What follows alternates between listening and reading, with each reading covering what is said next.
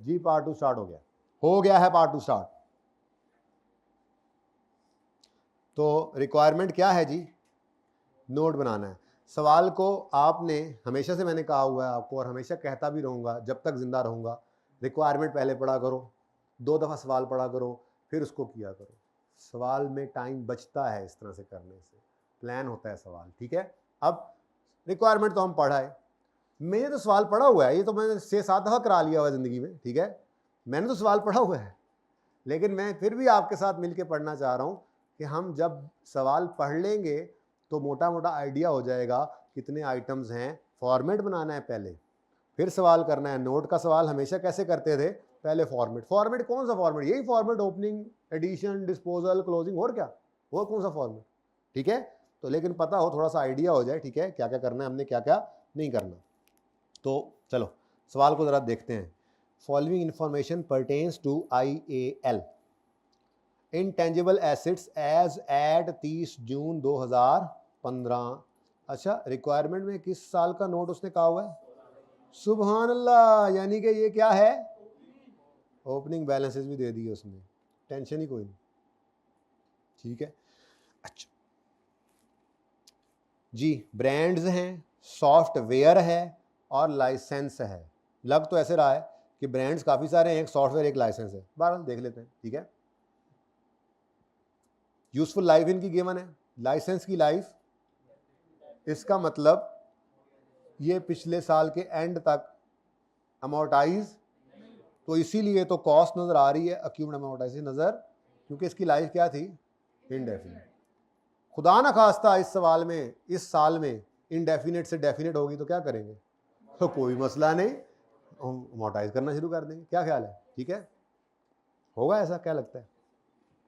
मैंने बोला तो होगा, है ये लग रहा है। चलो अच्छा, ब्रांड्स की कॉस्ट गिवन है, अक्यूमुलेटेड अमोर्टाइजेशन गिवन है, सॉफ्टवेयर की कॉस्ट गिवन है और अक्यूमुलेटेड अमोर्टाइजेशन गिवन है, लाइसेंस की कॉस्ट गिवन है, और चूंकि इंडेफिनिट लाइफ वाला है तो अक्यूमुलेटेड अमोर्टाइजेशन नज़र नहीं आ रहा। ओपनिंग आ गई, आगे बढ़े। Detail of expenses incurred on a project to improve IAL's existing production process are as under. ये क्या है जी? प्रोजेक्ट चल रहा है। देखो, एक बात समझने की कोशिश करो, मैंने वैसे पहले भी आपको बताया था, कल परसों ही बता दिया था कि फ़ायदा 2 शक्लों में आ सकता है। आपका रेवेन्यू बढ़ जाए, कोई ऐसा रिसोर्स ऐसा आपके पास है जिससे आपका रेवेन्यू बढ़ रहा है या जिससे आपकी कॉस्ट कम हो रही है, दोनों ही आपके लिए फ़ायदा है। अब प्रोडक्शन प्रोसेस क्या है? मिसाल के तौर पे हम जो है वो ये बोतल मैन्युफैक्चर कर रहे हैं अपनी फैक्ट्री में।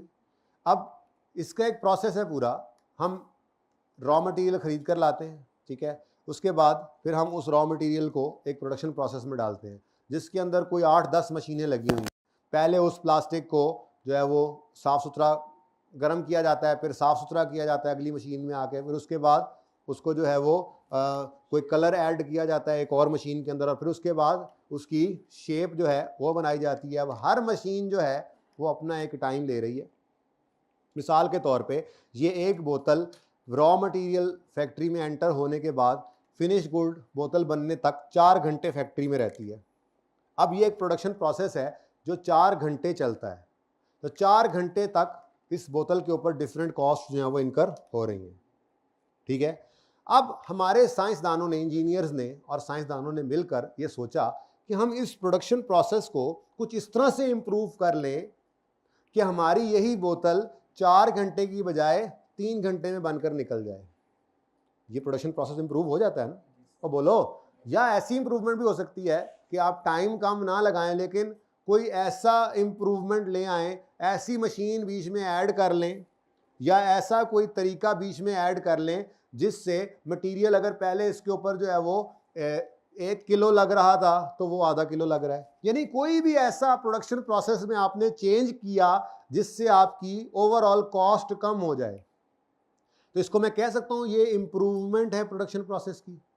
इंप्रूव हुआ ना? अगर प्रोडक्शन प्रोसेस मेरा इंप्रूव हो जाता है तो उससे मुझे क्या फायदा होगा? मेरी कॉस्ट सेव हो जाएगी। ये बात समझ आई? बोलो। अब ये बात समझ आ गई है तो अब अगली बात समझो। ये प्रोडक्शन प्रोसेस इंप्रूव करना ऐसे नहीं है कि मैंने एक स्विच निकाल के दूसरा लगा के तो कहना लो जी इंप्रूव हो गया। इसके ऊपर तो मुझे अच्छा खासा मेहनत करनी पड़ेगी, हमें तजर्बे करने पड़ेंगे। तो इसके लिए साइंसदान और इंजीनियर सर जोड़ कर बैठ गए और उन्होंने रिसर्च स्टार्ट कर दी। अब ये अलग कमरे में बिठा दिए हमने। बात समझ आई है? तो ये प्रोडक्शन प्रोसेस क्या है?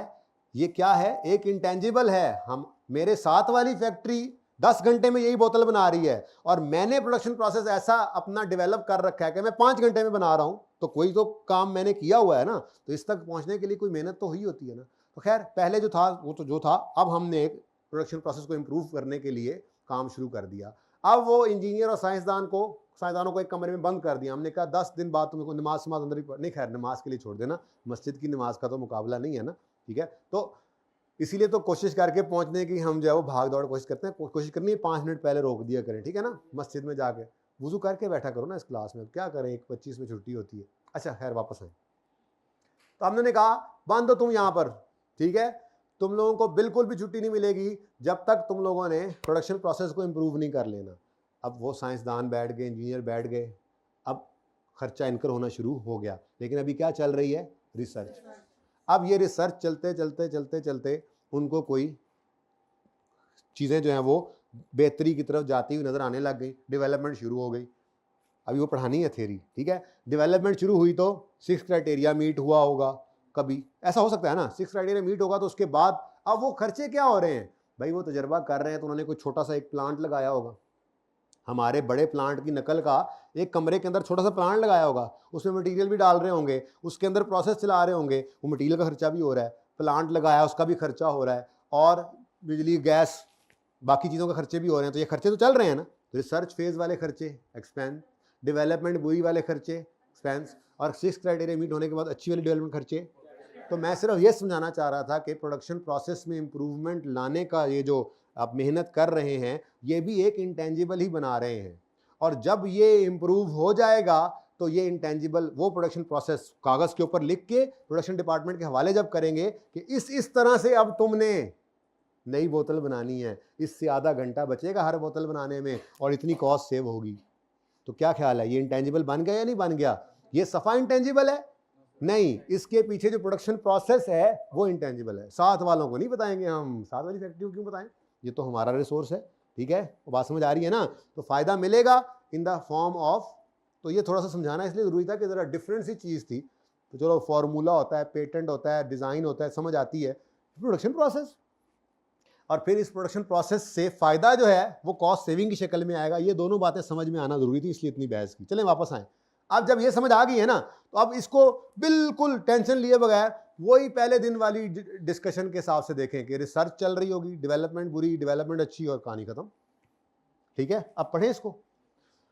Detail of expenses incurred on a project to improve IS existing production process are as under.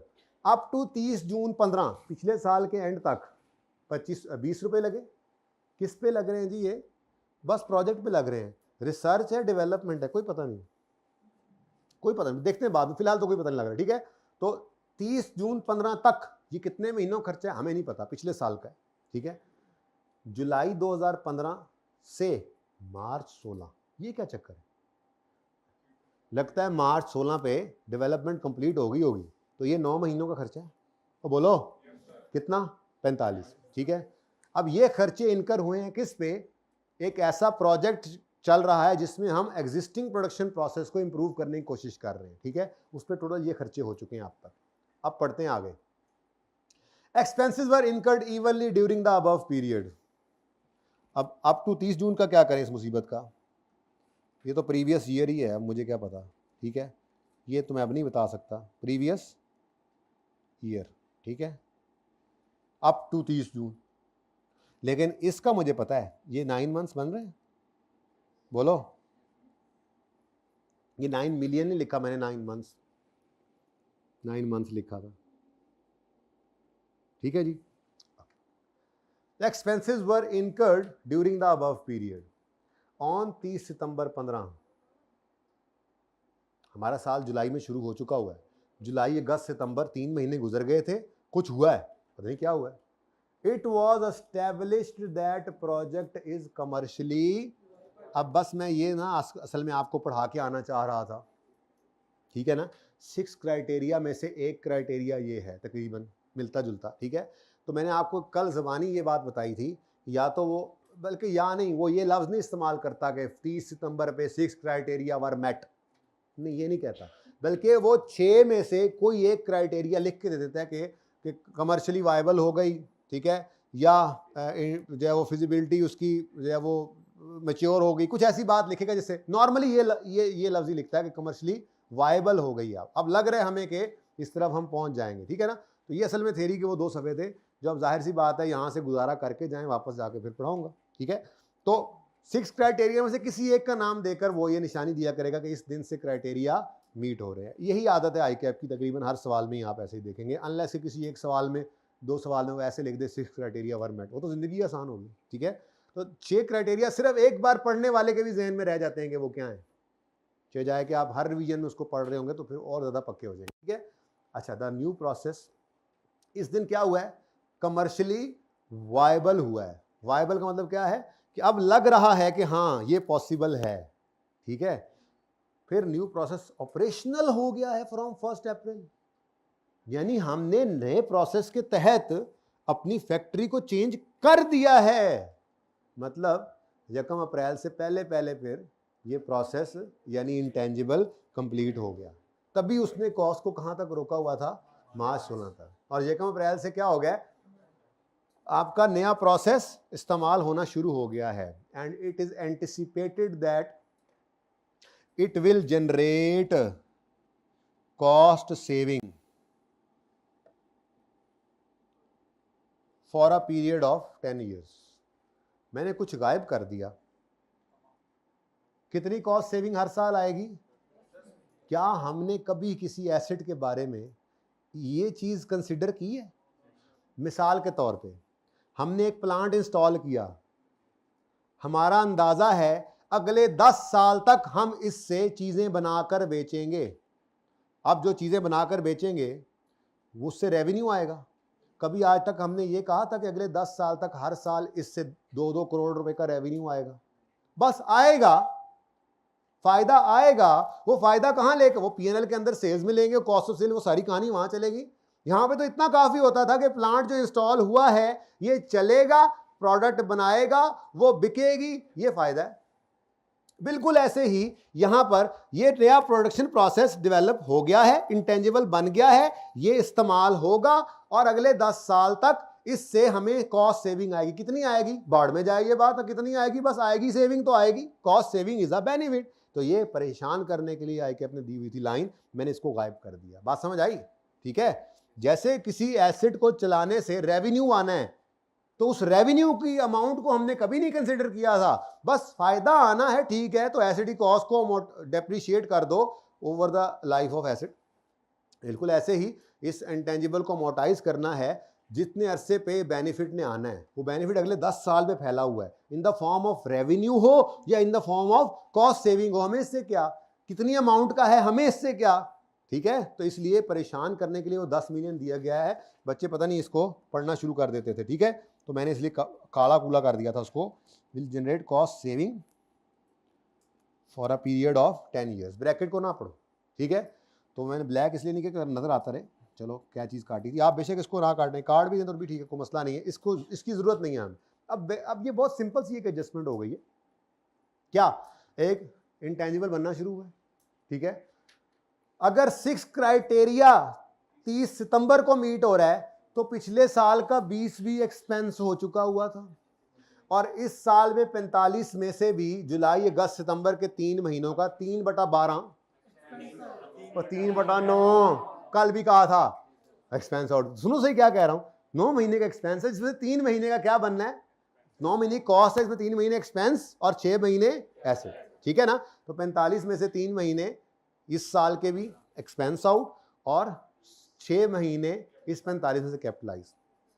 मैं कर देता हूं जर्नल एंट्रीज, कोई मसला नहीं है, लेकिन पेपर के अंदर तो सिर्फ एक छोटी सी लाइन की वर्किंग से आपने इंटेंजिबल रिकॉर्ड करना है। वो क्या है, 45 इंटू 6/9, ठीक है, ये 30 बनता है मेरे ख्याल से। तो ये 30 रुपये इंटेंजिबल है, बस नोट के अंदर एडिशन में लिखना है, लेकिन एडिशन को आप तोड़ के लिखना है, मैंने पहले बता दिया। इंटरनली जनरेटेड में जाकर लिखोगे 30, दैट्स इट। सारी डिस्कशन, कोई एंट्री नहीं, कोई कुछ नहीं, सिर्फ इतना काम करना है। लेकिन अभी तो सिर्फ सिखा रहा हूँ तो सारी बात करूँगा, मैं एंट्रीज करूँगा। अभी तो पानी में मदानी डालूंगा, ठीक है, मक्खन मुक्खन कोई नहीं आना। अच्छा, एडजस्टमेंट इज ओवर? नहीं ओवर, नहीं ओवर।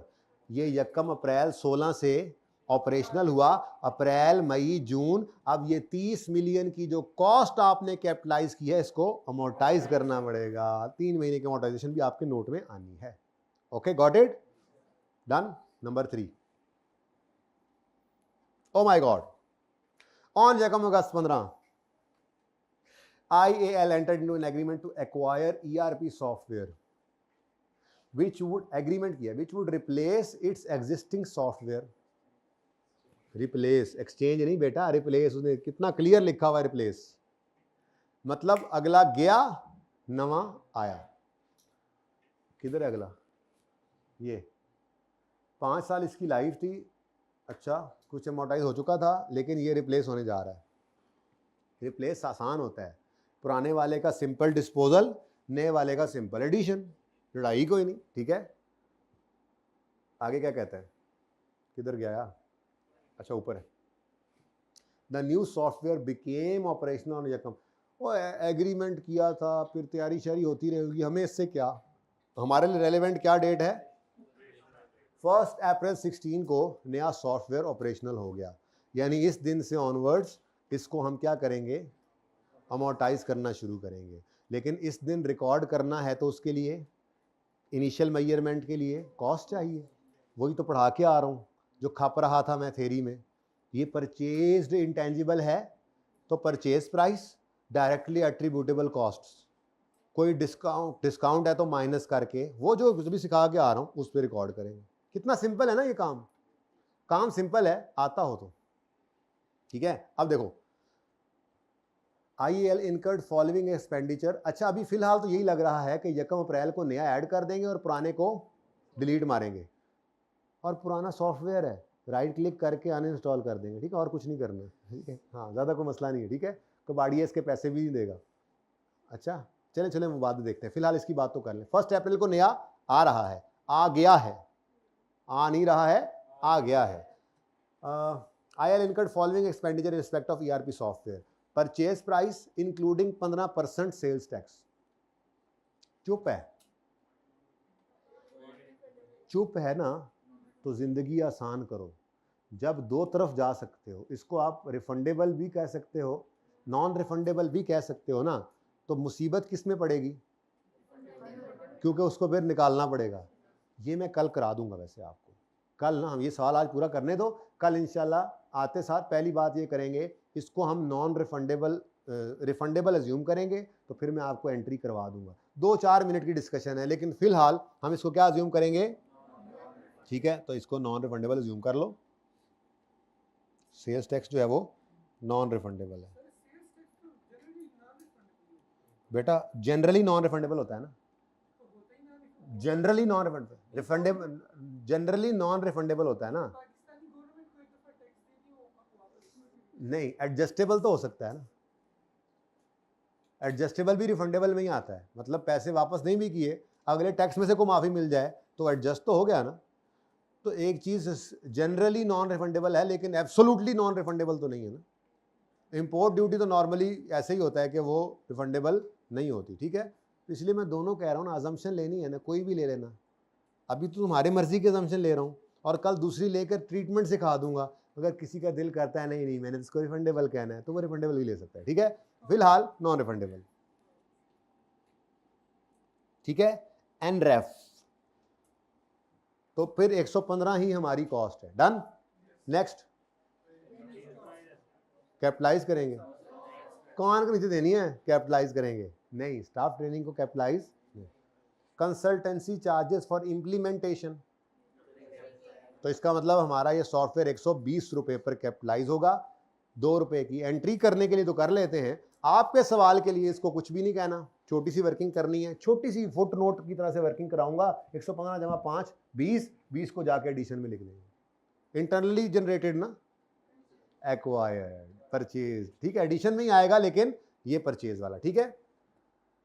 लो जी, पुराने की बात भी कह रहा है क्या, ERP सॉफ्टवेयर हैज एन, अच्छा ये नए की बात, ERP software has an estimated useful life of 15 साल, however IEL expects to use it for a period of 10 साल।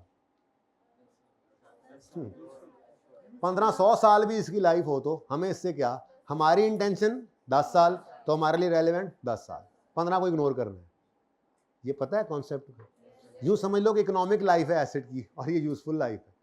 एसेट फायदा दे सकता है 15 साल तक, लेकिन हमारा इरादा ही 10 साल बाद उसको जो है वो चेंज करने का है, तो फिर हमारे लिए यूजफुल लाइफ रेलेवेंट है 10 साल, इसी पर अमोर्टाइज करेंगे। आगे कहता है the existing accounting software has become redundant and is of no use. हाँ जी गया, अब राइट क्लिक अनइंस्टॉल, ठीक है, सही है ना।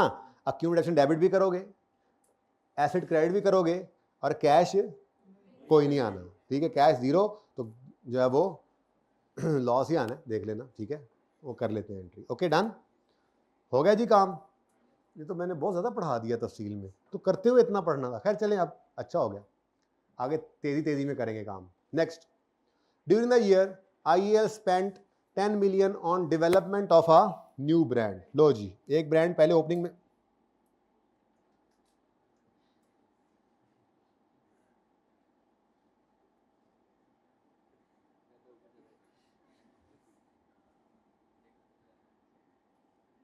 तुम्हारी वजह से हुआ है, पता है तुम्हें?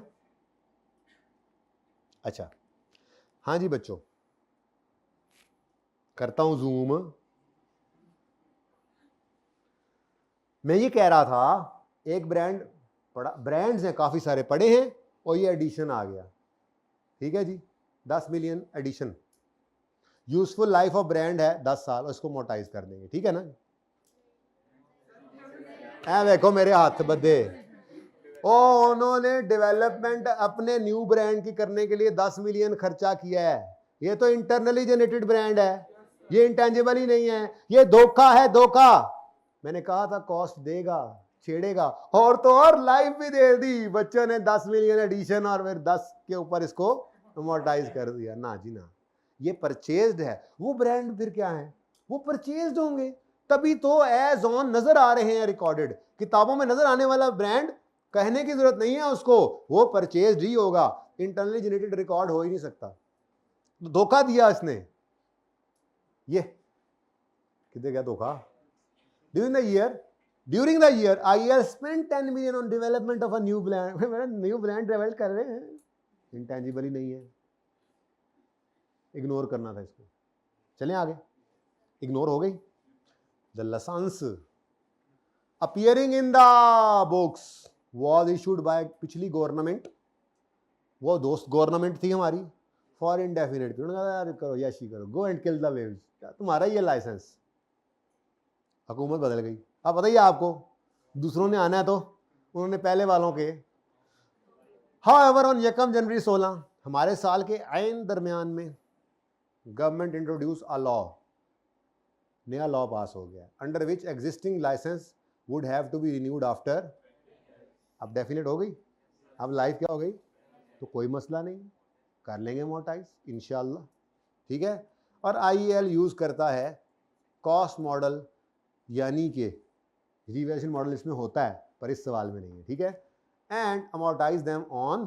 तो ये सारा सवाल ही पढ़ लिया है मेरे हिसाब से, तो इसके अंदर तकरीबन ब्रांड हैं सॉफ्टवेयर की बजाय, बल्कि सॉफ्टवेयर भी लिखो, सॉफ्टवेयर ERP भी तो सॉफ्टवेयर ही है यार, उसी में से एक को निकाल देंगे दूसरे को फेंक देंगे, ठीक है। तीसरा क्या है, लाइसेंस, ये तो ऑलरेडी अवेलेबल थे, और चौथा जो प्रोडक्शन प्रोसेस आ रहा है वो, ठीक है। तो ओपनिंग बस एडिशन, बस सिर्फ इतना सा चेंज है कि एडिशन को आपने लिख कर हेडिंग देकर नीचे 2 लाइनें लिखनी है, एक परचेज या एक्वायर्ड और दूसरा इंटरनली जनरेटेड, उसके अलावा कुछ भी नहीं, डिस्पोजल है बस, अल्लाह खैर सल्ला।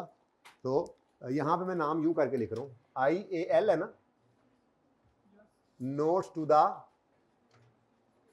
फाइनेंशियल स्टेटमेंट्स, पूरा लिखना है आपने, ठीक है। फॉर द ईयर, ये पहले आपने 3 लाइनों में ये लिख लेना है, आपको तो मसला नहीं है ना जगह का, मुझे मसला है। For the year ended 30 June 2016, okay.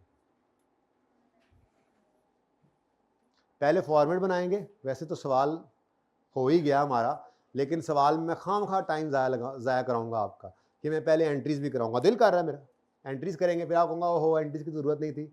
बल्कि यूँ करते हैं, पहले सवाल नहीं, एंट्रीज पहले कराऊंगा, ठीक है। अभी ज़रा शुरू है, ये ना हो ऐसे ही स्लिप स्लूप हो जाए, ठीक है जी। शुरू करें जी। नोट का कोई नंबर शंबर 60 तुम लिख लो, 5 मुझे पसंद आया। इंटेंजिबल एसेट्स, ठीक है जी। इंटेंजिबल एसेट्स हमारे पास जो मुझे नजर आए हैं वो कौन कौन से थे? ब्रांड्स, सॉफ्टवेयर एक ही था,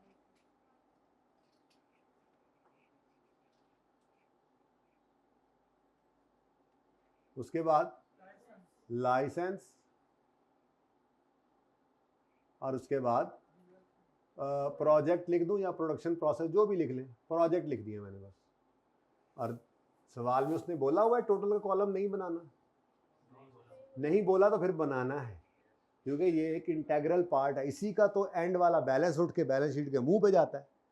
तो total column is a must, लेकिन अगर वो खुद ही कह दे टोटल कॉलम रिक्वायर्ड नहीं है तो फिर कोई बात नहीं, फिर रहने देना, ठीक है।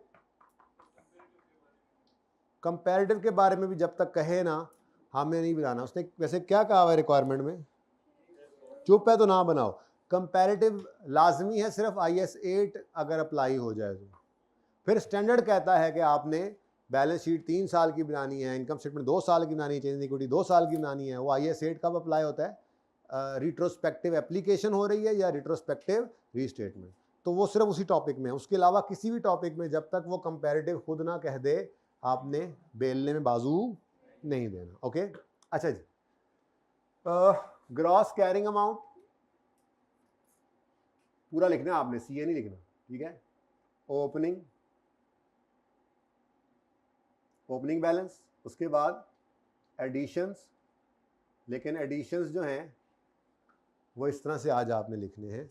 एडिशन में परचेज्ड या एक्वायर्ड जो पसंद हो वो लफ्ज़ लिख लें। और दूसरा क्या है जी? इंटरनली जनरेटेड, ठीक है जी।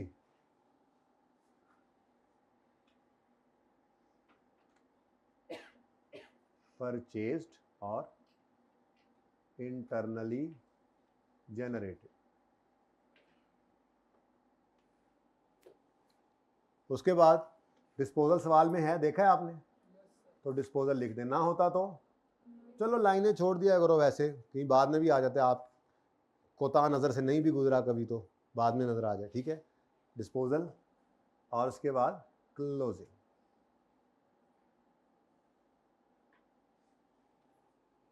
Next accumulated amortization। हाँ लिख दो स्लैश डाल के, वैसे है कोई नहीं इम्पेयरमेंट का जिक्र, बस वैसे ही उसमें लिखा हुआ। ओपनिंग बैलेंस, फिर डेप्रीसिएशन, हाँ amortisation, expense for the year. उसके बाद डिस्पोजल की अमोर्टाइजेशन यहाँ से निकल जाया करती थी, ये वो आ गई। और उसके बाद क्लोजिंग, ठीक है। फिर दोनों क्लोजिंग्स को नेट करोगे तो बुक वैल्यू, और उसके बाद नीचे 3 चीज़ें आपको पता ही हैं। अब सबसे पहले मुफ्त के नंबर ले लें। ओपनिंग बैलेंस है 280 और 15, और अमोर्टाइजेशन का 40, 48 और 0। तो ये मुफ्त के नंबर तो ले जी। ब्रांड्स का ओपनिंग 200, सॉफ्टवेयर का तुसी, लाइसेंस 15, प्रोजेक्ट तो था कोई नहीं साल के शुरू में, ठीक है। उसके बाद ब्रांड की ओपनिंग अमोर्टाइजेशन कितनी है? 40, 48 और 0, और ये तो था ही नहीं।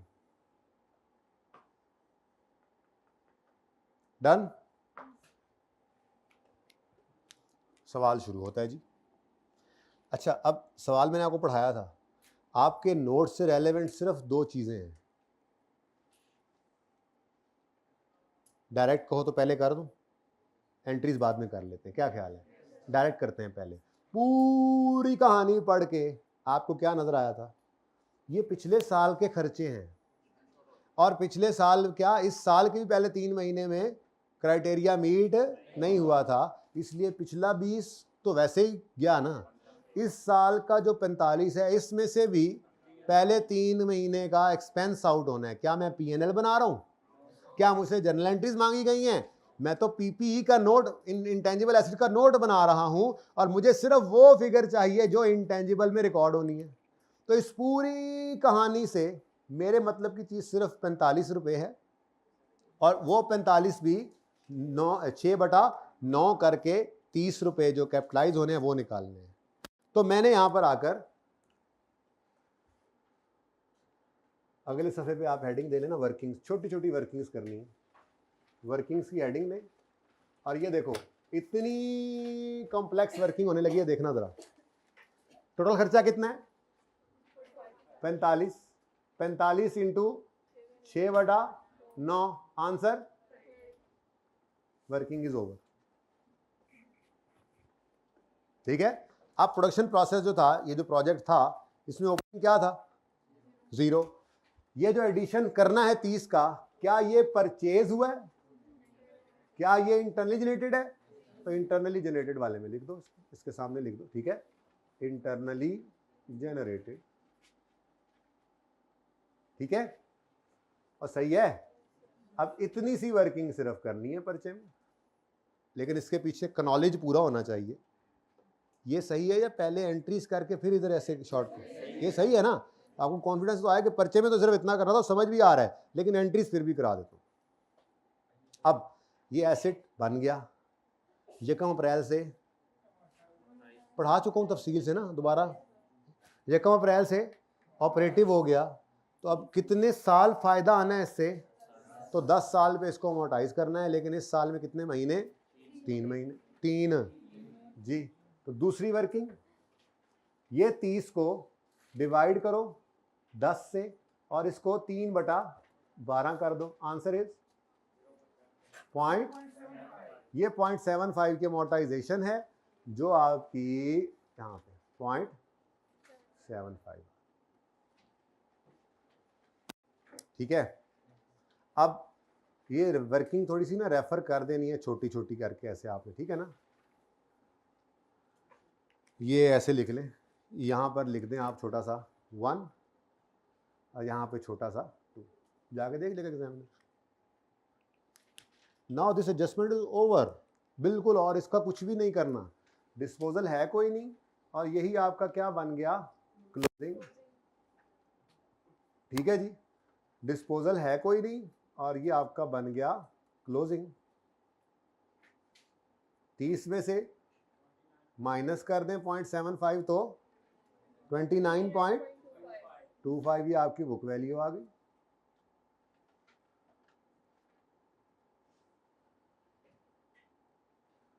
जी। Method of depreciation, useful life, model, पहले कॉस्ट लिखते हो, चलो कोई नहीं, 3 चीजें लिखनी है, जैसे मर्जी तरतीब से लिख लो। ये नोट। अब अगर टाइम वेस्ट करूं आपका, करूं? थोड़ा सा कर लेने दो यार, कुछ नहीं होता यार। ये जनाब आपका 30 जून 2015 था, और ये आपका 30 जून 16 है।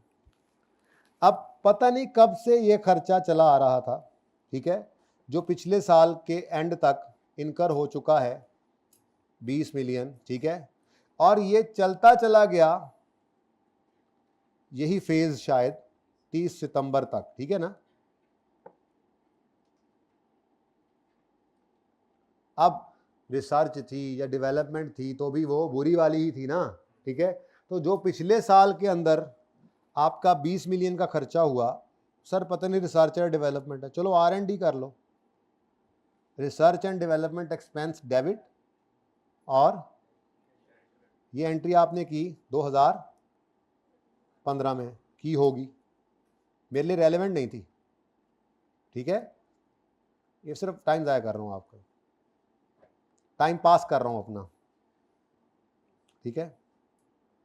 अगले साल में आए तो ये 45 है, ये 45 जो है ये खैर से ये इधर 31 मार्च, ऐसे ही है ना, ये यहाँ तक का खर्चा है। अब ये जो है ये खर्चा कुछ इस तरह से है कि ये स्काई ब्लू रहा या येलो भी कह लो, स्काई ब्लू कह लो, मुझे नहीं पता नहीं येलो है स्काई ब्लू है, रिसर्च है या बुरी डेवलपमेंट है, एक्सपेंस आउट तो करना ही है इसको, इससे ऑनवर्ड्स ग्रीन सिग्नल होता है ये। अब ये जो सारा अरसा है ना जी, यकम जुलाई 15 से 31 मार्च 16 तक 9 महीने, इस पूरे 9 महीने में 45 रुपये खर्चा आया है जिसको हमने तोड़ दिया। तो अगले साल में एंट्री क्या बनेगी, R&D एक्सपेंस 45 का 3/9, फिर इनटेंजिबल एसेट 45 का, वो कैपिटल वर्क इन प्रोग्रेस क्या, बस ठीक है बन गया, पूरा ही बन गया, तो पहले CWIP में डालूंगा फिर वापस निकालूंगा, ठीक है हो गया, इंटू 6/9, ये कितना बना जी 15, 30 और कैश क्रेडिट। अब ये इतनी लंबी कहानी चल रही है, पागल थे कि ये सारा काम करते, पर्चे में तो काम हो गया था, लेकिन ज़रा रिवीजन कर रहे हैं, कल वाले काम को पक्का कर रहे हैं, ठीक है, सीमट कर रहे हैं, सीमट प्लस्तर। उसके बाद जी यहाँ पर ये रेडी हो गया, इससे ऑनवर्ड्स लाल रंग यूज़ करते थे अमोर्टाइजेशन के लिए, याद है, 3 महीने की अमोर्टाइजेशन करनी है, वो अमोर्टाइजेशन करने की एंट्री, अमोर्टाइजेशन की एंट्री क्या है, amortisation expense debit accumulated amortisation credit, इस 30 को पकड़ा, डिवाइड किया इसको 10 से, पूरे साल की डेप्शन आ गई, अमोर्टाइजेशन आ गई, इंटू 3/12, आंसर इज पॉइंट। तो ये सारी कहानी, इतनी लंबी कहानी, इसको हम यूँ लिख, मतलब आप यूँ कर सकते थे, चलो छोड़ो, अब क्या रिसर्च प्रोजेक्ट स्टार्टेड का पता नहीं है, 6 क्राइटेरिया मीट हो रहे हैं आके 30 सितंबर को, तो उससे पहले सब खर्चे क्या हैं, एक्सपेंस। जिन्होंने कल की क्लास नहीं ली उनको थोड़ा मसला हो रहा है क्योंकि हमने कल किया हुआ है, एनीवेज कल वाली क्लास ले लेंगे तो बेहतरी महसूस करेंगे। अब ये सारा काम करने की कोई ज़रूरत नहीं थी, लेकिन अब ICAP है ना, कभी एंट्रीज मांगेगा, कभी ये कहेगा कि उसने गलत एंट्री कुछ कर दिया, तो ये पता होनी चाहिए, फिर रॉन्ग करके रेक्टिफाइंग करेंगे, कभी वो यही एडजस्टमेंट देकर कहेगा डिस्कस कर दो, तो ये फिगर्स के साथ आपने डिस्कशन करनी होगी, ये सारी बातें बताओगे कि इसको एक्सपेंस में क्यों फेंकना है, इसको एसेट क्यों बना रहे हैं, इसको मोटाइज क्यों कर रहे हैं, वो रूल जो लिखे हैं लिखना सिखाऊंगा, थेरी वाले सवालों को लिखना सिखाऊंगा, सवालों को मैं डिक्टेट, एक आधे सवाल को डिक्टेट करूंगा, उसके बाद बाकी आपसे लिखवाया करूंगा, डिस्कस किया करूंगा, ठीक है। हर तरह के सवाल हैं यहाँ पे, FR2 में कहीं भी जा सकता है वो, हमने सब कुछ सीख लेना है, ठीक है ना, डिस्कशन भी मांग लेता है, करेक्टिंग एंट्रीज तो बड़ा शौक है ना उसको, तो लगता है कि यार करेक्शन करके आ गए हैं बच्चे, बड़ा अच्छा, हालांकि सबसे ज़्यादा फंसते भी आप वहीं पे थे। एनीवेज लें जी, एडजस्टमेंट 1 इज ओवर, इसका क्या करें, इसको, अच्छा इसको भी डायरेक्ट कर सकते हैं, लेकिन आप चलो एक दफ़ा उधर से इधर आए, एक दफ़ा अब इधर से उधर जाते हैं, ठीक है। पहले मैं क्या करता हूँ, जनरल एंट्रीज करता हूँ, फिर आपको बताऊंगा ये सारी जनरल एंट्री से कोई फ़ायदा नहीं था, हमें 1 2 3 4 ये फिगर्स चाहिए थी बस, क्या ख्याल है। तो सबसे पहले हम पुराने एसेट को डिस्पोज करते हैं। ओ पुराने सॉफ्टवेयर, कब तक तुमने चलना है, कब तक तुमने चलना है। उसने कहा जी अच्छा यूं भी मुमकिन है, कभी ऐसा भी हो सकता है कि वो कहता नया सॉफ्टवेयर तो यकम कितने गया, यकम अप्रैल से ऑपरेशनल हो गया है, लेकिन पुराने को भी हमने अनइंस्टॉल नहीं किया। ऐसा करते हैं ऑर्गेनाइजेशंस कि नई चीज़ है, को गड़बड़ ना हो जाए तो कुछ अरसा पैरेलल उसको भी चलाई जाएंगे। अगर ऐसा होता तो पुराने का डिस्पोजल ना होता, वो भी डेप्रीज अमोर्टाइज हो जाता और नया एडिशन में आके वो भी अमोर्टाइज हो जाता। लेकिन इस सवाल में ऐसा ना हुआ, उन्होंने कहा जिस दिन नया चल पड़ा ऑपरेशनल हो गया तो पुराने को हमने रिडंडेंट कर दिया, फारे कर दिया, फेंक दिया, ओके अनइंस्टॉल कर दिया, ठीक है। अच्छा तो चलो जी अब ऐसा करते हैं, पहले पुराने वाले को हम, बल्कि नए वाले को पहले ऐड करते हैं, ज़्यादा आसान है कि पुराने को डिस्पोज करना है पहले। पुराने वाले को डिस्पोज करते हैं। अब पुराने वाले को कब तक चलाना है? 1 अप्रैल 16 तक पुराना चलेगा, यानी कि 31 मार्च तक। कितने मंथ्स? 9 मंथ्स। अब ये 9 मंथ्स पहले इसको अमोर्टाइज करके यहां तक ले आते हैं, ठीक है। तो पहली एंट्री हम करेंगे अमोर्टाइजेशन डेबिट और अक्यूमुलेटेड अमोर्टाइजेशन क्रेडिट। कितने से? सॉफ्टवेयर की कॉस्ट थी 80, लाइफ थी 5, 80/5 पूरा साल 9/12 कर देंगे, ठीक है। तो 80/5, जज्बाती नहीं होना, 9/12 कितनी बनी?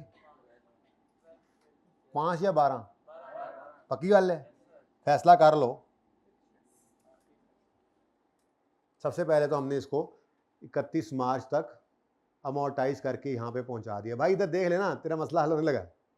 अब ये 31 मार्च से पहुँच गया, अब इसको फारिग कराओ, डिस्पोजल होने लगा है।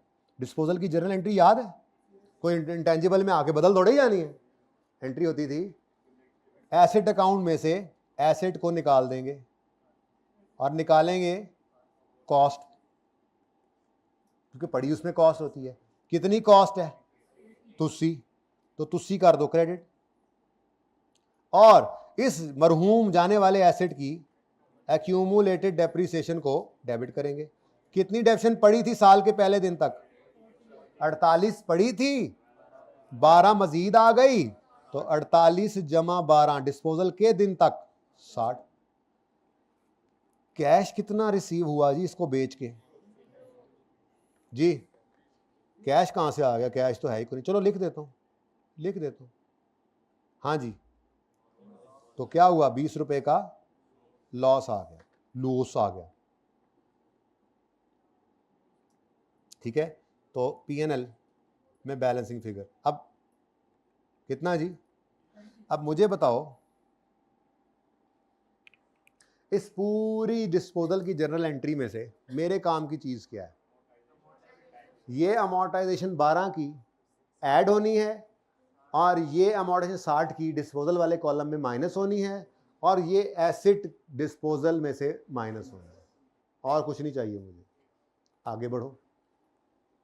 नया आ गया, नवा आया सोनिया सॉफ्टवेयर। इंटेंजिबली लिख दूं?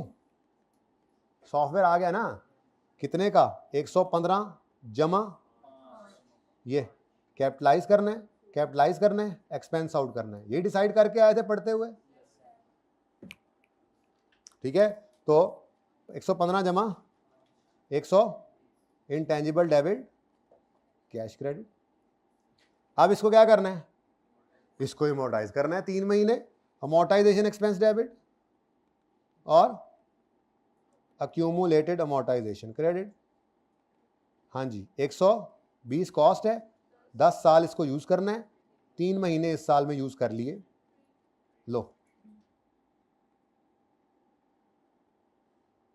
नोट में ना, असल में नोट में गौरतलब बात है, नोट में सिर्फ 2 चीजें हैं। एसेट का अकाउंट है स्टेटमेंट फॉर्म में, बनाया था ना अभी थोड़ी देर पहले क्लास के स्टार्ट में। एसेट का अकाउंट है स्टेटमेंट फॉर्म में, और अक्यूमुलेटेड अमोर्टाइजेशन का अकाउंट है। अब P&L गेन आ रहा है, लॉस आ रहा है, हमारी बला से जाए बाढ़ में। P&L बनावा, जब मांग ले P&L तो फिर वो एंट्री पूरी करनी पड़ेगी। लेकिन इस वक्त मेरे सवाल की रिक्वायरमेंट में मुझे सिर्फ क्या क्या चाहिए था? मुझे ये 12 और ये 3, यानी टोटल 15 ऐड होता नजर आना चाहिए था, ठीक है। उसके बाद ये 80 एसेट अकाउंट में से निकलता हुआ नजर आना चाहिए था, ये 120 ऐड होता नजर आना चाहिए था, और ये 60 भी निकलता। बाकी कुछ भी, ये क्या है? अमोर्टाइजेशन एक्सपेंस है, ये अमोर्टाइजेशन एक्सपेंस है, P&L का आइटम है। कैश P&L, कैश P&L, ये कुछ भी नहीं करना था, एंट्रीज तो मांगी ही नहीं हुई थी। तो मेरे लिए ये सब इररेलेवेंट है, मैं अब डायरेक्ट करता हूं इसको, ठीक है। तो सबसे पहले डिस्पोजल रिकॉर्ड करने का आपने बोला है ना, ठीक है, वरना मैं एडिशन पहले करता, मुझे आसान लग रहा था, मुफ्त के नंबर थे। खैर चले, तो सॉफ्टवेयर जो 80 वाला था वो ना रहे, सॉफ्टवेयर नहीं रहे, गया। अब इस सॉफ्टवेयर की डेप्रीसिएशन ये कैलकुलेट करनी पड़ेगी, ठीक है। 80/5 इंटू 9/12, ठीक है। ये किसकी कितनी बन गई? ये 12 जो है ये किसकी डेप्रीसिएशन है? ओल्ड सॉफ्टवेयर की। मैं कहता हूं दूसरी भी अब सारी का बात हो गई तो साथ ही कर लेते हैं। नया आ गया, ये 31 मार्च को अनइंस्टॉल करके घर गए और अगले दिन 1 अप्रैल को आके नया वाला इंस्टॉल कर लिया। उसकी कॉस्ट कितनी है? अब ये 120 कहाँ से आया? ये तो हमने निकाला ही नहीं। तो चलो पहले 120 ही चलो खैर 1 मिनट के लिए ऐसे मैं ये जगह छोड़ देता हूं। मेरा दिल है डेप्रिसिएशन एक्सपेंस मुकम्मल 15 ऐड करूं और फिर उसमें से बाकी का निकाल लेंगे, ठीक है। कर लेते हैं, इसको भी कर लेते हैं, ठीक है। अच्छा ये मैंने पेंडिंग कर दी। हाँ अगली बात, जो एसेट बिका है उसकी अक्यूमुलेटेड डेप्रिसिएशन कितनी है? 48 पहले से पड़ी थी और 12 ये आपको कहां से मिली है? वर्किंग नंबर 3 से। टोटल कितनी बन गई? ये 60 एक्यूमुलेटेड डेप्रिसिएशन अकाउंट में से माइनस करनी है। अब आप कहोगे ऊपर पड़ा 48 है माइनस 60 हो रहा है, ऐसी बात नहीं है। मैं जरा वेट कर गया कि काटना ना पड़े मुझे। ये 12 इधर आना है, अगर मैं थोड़ी देर के लिए इसको लिख दूं ना तो ये लो 60 पूरा होकर निकल गया। लेकिन मैंने ये 60 इसलिए भी नहीं लिखा कि मैं चाह रहा हूं नए वाले की 3 महीने की मोडेशन भी रिकॉर्ड कर लूं, 3 रुपए यहां पे एग्जैक्ट 15 लिख दूं। बाकी कोई ऐसा लिख ले बाद में काट के 15 कर दे तब भी ठीक है, ऐसा कोई मसला नहीं है। ये बात समझ आई है? लो जी पुराना गया, अब नए को ले आओ।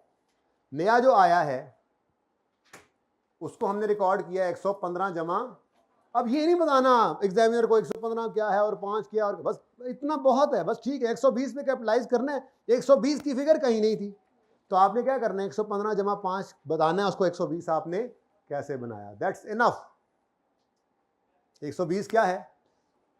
परचेज या इंटरनली जनरेटेड? तो 120।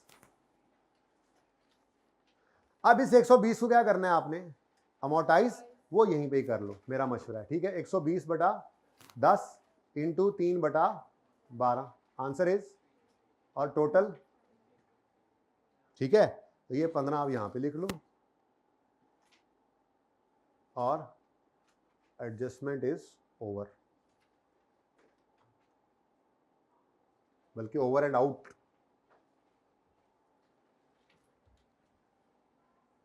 एक 120 बच गया, एक तो चला गया ना, नए वाला आ गया। इसकी डेफिनेशन सारी चलेगी, बचना सिर्फ 3 ही है। और 120 माइनस 3 100, हाँ जी स्ट्रेट लाइन मेथड है, 10 साल है। अब आप कहोगे सर 10 नहीं, 5 भी है 10 भी है, क्या करें क्या करें? 10 भी लिख सकते हो, 10 भी लिख सकते हो, 5 से 10 भी लिख सकते हो, सही है। क्या मतलब? पुराने वाला 5 पे डेफिसिट हुआ, अमोर्टाइज हुआ था, नए वाला 10 पे, तो लिख दो 5 to 10 ईयर्स। बिल्कुल सही है, 10 से भी काम चलेगा वैसे तो, क्योंकि अब जो पड़ा हुआ है वो तो 10 पे होना है ना अमोर्टाइज, ठीक है जी। कॉस्ट मॉडल ये सब पे यही है, ठीक है। Next, ignore. Next, licence licence licence.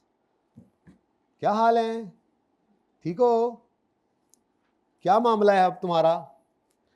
वो कह रहे हैं जी इस साल 1 जनवरी 16 पर आकर ये डिसाइड किया हमने, मतलब हमने नहीं डिसाइड किया बल्कि हुकूमत ने ये कह दिया है कि ये अब से ऑनवर्ड्स हर 10 साल बाद अमोर्टाइज होगा, रिन्यू होगा।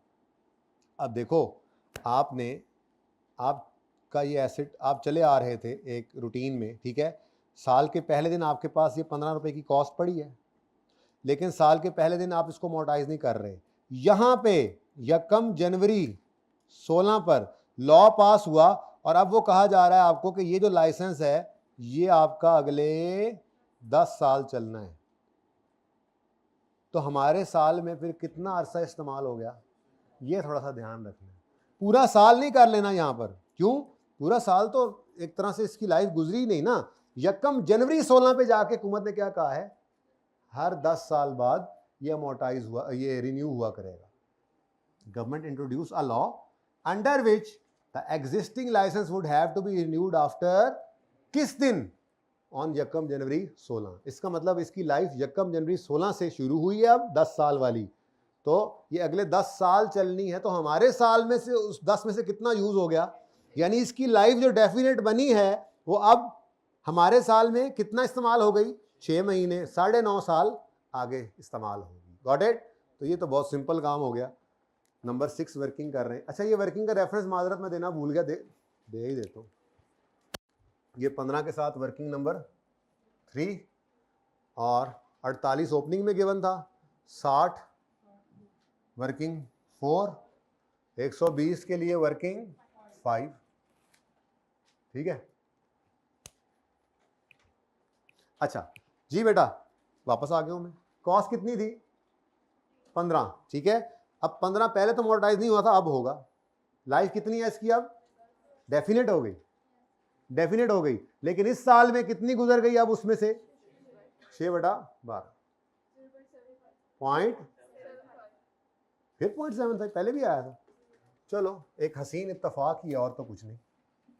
15 का 15 ही है, लेकिन यहां पे 0.75 वर्किंग नंबर 6 से आ गया।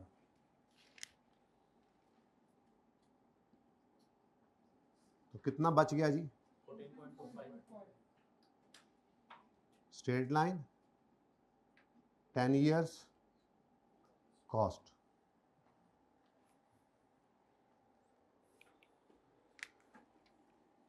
बस कह रहा है कॉस्ट मॉडल यूज करना है और अमोर्टाइज करना है स्ट्रेट लाइन पे। तो रह क्या गया, एक ब्रांड बेचारा बचा है, उसको अमोर्टाइज कर लो बस, और तो कुछ नहीं हुआ।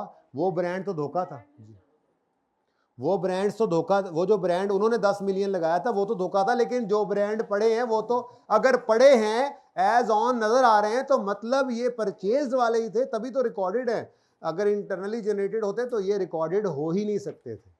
ऐसी कोई बात खुद से नहीं अज्यूम कर लेनी, अगर रिकॉर्डेड है तो मतलब परचेज वाला ही है। ये नहीं हो सकता कि उसने गलत रिकॉर्ड किया और आपको बता भी नहीं रहा, ऐसा नहीं होता। ठीक है ना, अगर गलत होता तो खुद बताता। ओके, तो नॉर्मल जितने थे उतने ही हैं, लेकिन अमोर्टाइजेशन करनी है तो 200 बटा कितनी लाइफ है गिवन, 10 साल है। ठीक है, डिवाइड बाय 10 साल के पहले दिन से आ रहे हैं तो बस पूरा ही अमोर्टाइज कर दोगे। तो ये 20 और उसके बाद 60 और 140 straight line method 10 years cost. यहाँ वो तीनों लिख लेना, मेजरमेंट बेसिस वगैरह वगैरह, ऐप एज नोट। अब नमाज का टाइम हो गया, वो जो 2 सफ़े आपको दिखाए थे वो आपने बड़े ध्यान से पढ़ने हैं। अब कल आते साथ वो सज़ा फिर चलेगी, आधा पौना घंटा थ्योरी, आधा घंटा नहीं 20 मिनट लगेंगे उस पर। 2 सफ़े हैं लेकिन हैं बहुत से भी ज़्यादा इंपॉर्टेंट।